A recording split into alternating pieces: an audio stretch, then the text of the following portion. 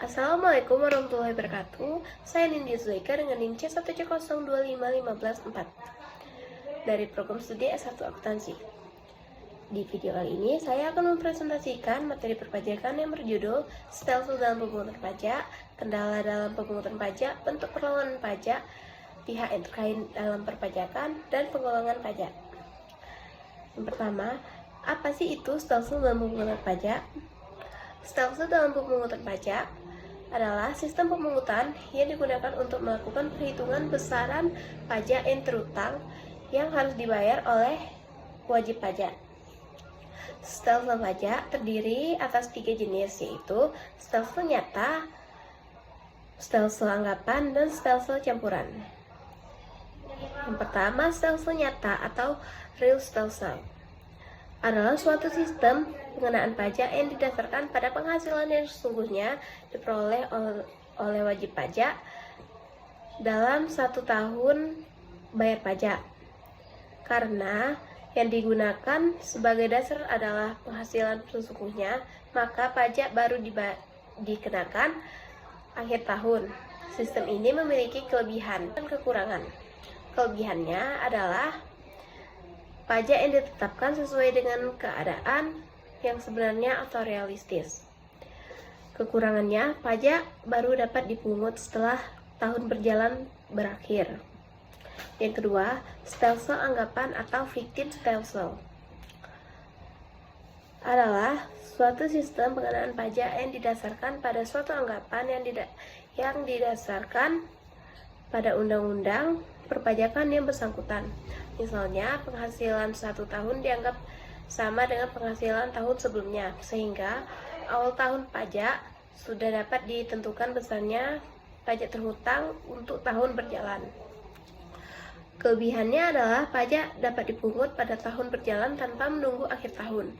Kekurangannya, pajak yang dibayar fiktif atau tidak sesuai dengan kenyataan yang sebenarnya.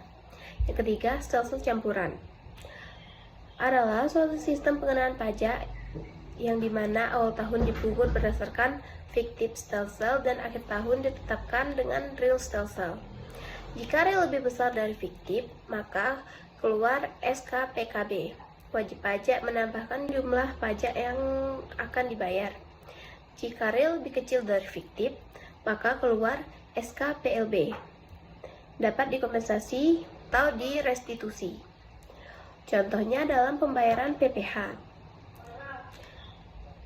Kelebihannya, pemungutan pajak sudah bisa dilakukan pada awal tahun pajak, dan pajak dapat dipungut sesuai dengan besarnya pajak yang sesungguhnya terutang. Kekurangannya, perhitungan pajak dilakukan 2 kali, yaitu pada awal tahun dan akhir tahun. Selanjutnya ada kendala dalam pemungutan pajak. Undang-undang yang mengatur tentang perpajakan sudah ditentukan dan diberlakukan di Indonesia. Namun, masih ditemukan banyak permasalahan atau kendala yang dalam pelaksanaannya. Berbagai kendala tersebut disebabkan berbagai faktor, yaitu sebagai berikut. Yang pertama, kurangnya sosialisasi dari pemerintah pada masyarakat sebagai wajib pajak mengenai pentingnya pembayaran pajak, manfaat pajak, dan sanksi yang akan diterima apabila wajib pajak melalaikan kewajibannya. Yang kedua, tingkat ekonomi sebagian wajib pajak yang masih sangat rendah. Yang ketiga, database yang masih jauh dari standar internasional. Yang keempat, tidak adanya kesadaran dari masyarakat sebagai wajib pajak untuk membayar pajak ke negara. Selanjutnya ada bentuk perlawanan pajak. Perlawanan pajak terbagi menjadi 2 jenis, yaitu perlawanan pasif dan perlawanan aktif. Perlawanan pasif adalah perlawanan yang inisiatifnya bukan dari wajib pajak itu sendiri, tetapi terjadi karena keadaan yang ada di sekitar wajib pajak itu. Perlawanan pasif terdiri dari hambatan-hambatan yang mempersukar pemungutan pajak dan yang erat hubungannya dengan struktur ekonomi suatu negara, perkembangan moral dan intelektual penduduk, dan dengan teknik pemungutan pajak itu sendiri. Kemudian ada perlawanan aktif. Maksudnya adalah Semua usaha dan perbuatan yang secara langsung ditujukan pada fiskul atau penarik pajak dengan tujuan menghindari pajak.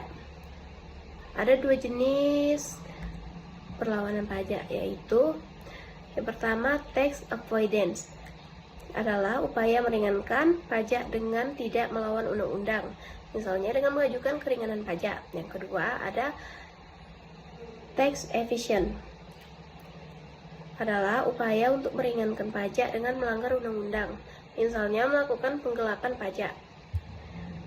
Selanjutnya ada pihak yang terkait dalam pajak. Pihak-pihak yang terkait dalam pajak adalah sebagai berikut. Pihak pertama adalah negara sebagai organisasi politik yang mengatur penyelenggaraan kehidupan bermasyarakat, berbangsa, dan bernegara. Dalam menjalankan fungsinya sebagai pengelola atau organisator, negara membutuhkan dana untuk menjalankan roda organisasi. Pihak kedua adalah badan, lembaga, atau institusi yang melaksanakan kegiatan usaha sebagai pendukung roda perekonomian dalam suatu negara, baik badan, lembaga, atau institusi milik negara maupun milik swasta. Pihak ketiga adalah warga negara atau perorangan yang bekerja atau berusaha sehingga memperoleh penghasilan. Yang terakhir ada penggolongan pajak. Jika dilihat dari sifat-sifat tertentu dari masing-masing pajak, maka pajak bedakan menjadi 4. Yang pertama, pajak atas kekayaan dan pendapatan. Yang kedua, pajak atas lalu lintas hukum, lalu lintas kekayaan, dan lalu lintas barang. Yang ketiga, pajak yang bersifat kebendaan. Yang keempat, pajak atas pemakaian. Jika dilihat dari ciri-ciri tertentu pada setiap pajak, maka pajak dapat digolongkan menjadi 3, yaitu yang pertama pajak subjektif dan pajak objektif. Pajak subjektif adalah pajak yang pengenaannya pertama-tama memperhatikan wajib pajak. Contohnya, pajak penghasilan. Pajak objektif adalah pajak yang pengenaannya pertama-tama memperhatikan objek pajak yang selain pada benda. Dapat pula berupa keadaan, perbuatan, atau peristiwa yang menyebabkan timbulnya kewajiban bayar pajak. Contohnya PPh, wajib pajak, LN. Yang kedua, pajak langsung dan pajak tidak langsung.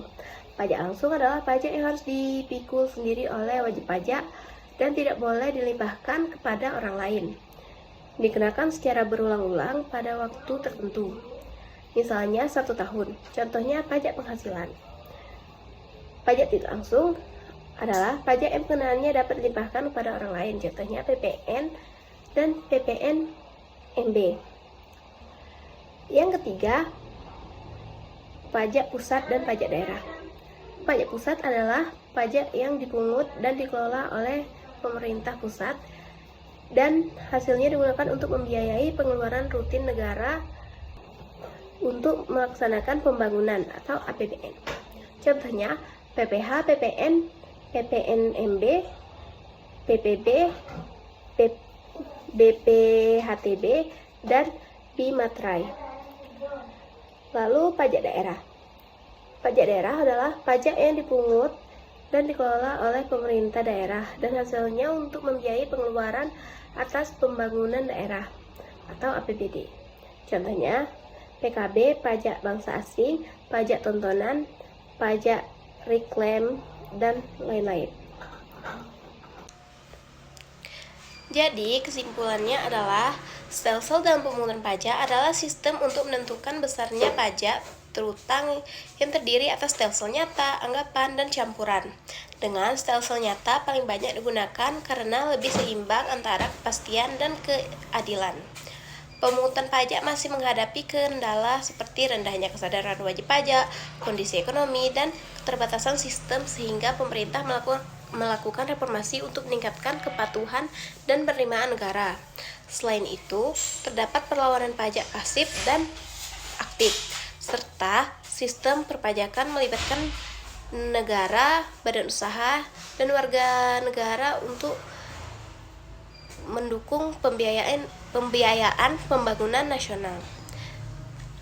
Sekian presentasi dari saya. Mohon maaf jika terdapat kesalahan kata maupun penulisan. Saya ucapkan terima kasih. Wassalamualaikum warahmatullahi wabarakatuh.